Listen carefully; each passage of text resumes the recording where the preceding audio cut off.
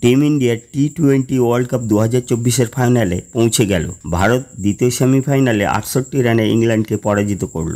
Bharat গুয়ানার Providence স্টেডিয়ামে 172 রানের target রাখে। জবাবে ডিফেন্ডিং চ্যাম্পিয়ন ইংল্যান্ড 16 ওভার 4 বলে 103 রানে অল আউট হয়ে যায়। ভারতের হয়ে অক্ষর প্যাটেল আর কুলদীপ যাদব 3টি করে উইকেট দখল করে। বুমরার শিকার 2টি উইকেট।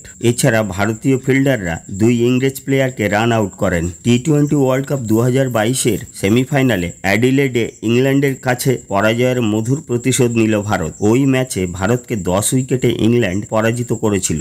ভারত নির্ধারিত 20 ওভারে 7 উইকেট হারিয়ে 171 রান করে। ভারতের হয়ে সর্বাধিক রান রোহিত শর্মা করেন। তিনি 39 বলে 6টি 4 ও 2টি ছক্কার সাহায্যে 57 রান করেন। ইংল্যান্ডের হয়ে সর্বাধিক ক্রিস জার্ডন সর্বাধিক 3 উইকেট নেন। এছাড়া Reece Topley, Jofra Archer, Sam কারন ও আদিল রশিদ এরা প্রত্যেকে একটি করে উইকেট দখল করেন। টস জিতে ইংল্যান্ড প্রথমে বোলিং করার সিদ্ধান্ত নেয়। শুরুতেই ভারতের ইনিংসে বিপর্যয় দেখা দেয়। বিরাট কোহলি 9 রানে ও ঋষভ পন্ত 4 রানে আউট হন। এরপর হিটম্যান রোহিত শর্মা ও সূর্যা কুমার যাদব দলের দায়িত্ব যথাযথ পালন করেন। 8 ওভারে ভারতের স্কোর যখন 2 উইকেটে 65, তখন ভীষণ জোরে বৃষ্টি আসে এবং খেলা 1 ঘন্টারও বেশি সময় বন্ধ থাকে। আবার খেলা শুরু হলে রোহিত ও সূর্যা ইনিংস এগিয়ে নিয়ে যেতে থাকেন এবং 73 রানের এক গুরুত্বপূর্ণ পার্টনারশিপ গড়ে তোলেন। আদিল রশিদ 13তম ওভারে রোহিতকে বোল্ড আউট করেন। সূর্যা 16তম ওভারে আর্চারের শিকার হন। তিনি 36 বলে 4টি 4 ও 2টি ছক্কার সাহায্যে 47 রান করেন।